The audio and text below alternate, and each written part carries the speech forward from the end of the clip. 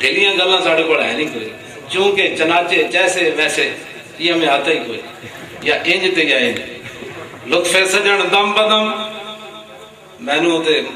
میں گل یہ کر رہا میں جو کچھ اسی بیان کرنے اے رسول اللہ سن دیں۔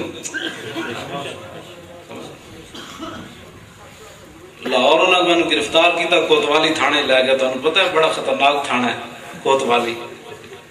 سی آئی اے دا بڑا۔ انہوں نے میں ایک دن شاپر اچ لے آ کے روٹی دیتی،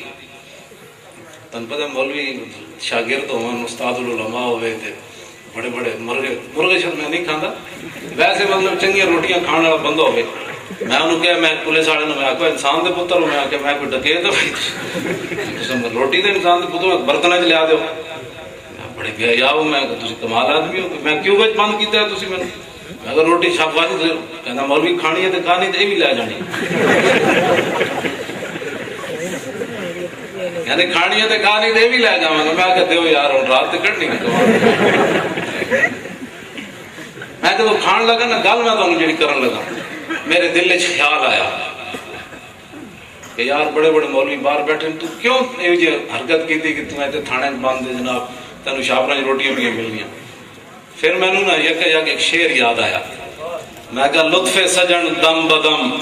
قہر سجن گاہ گاہ، میں کہا انج بھی سجن واہ واہ تے انج بھی سجن واہ۔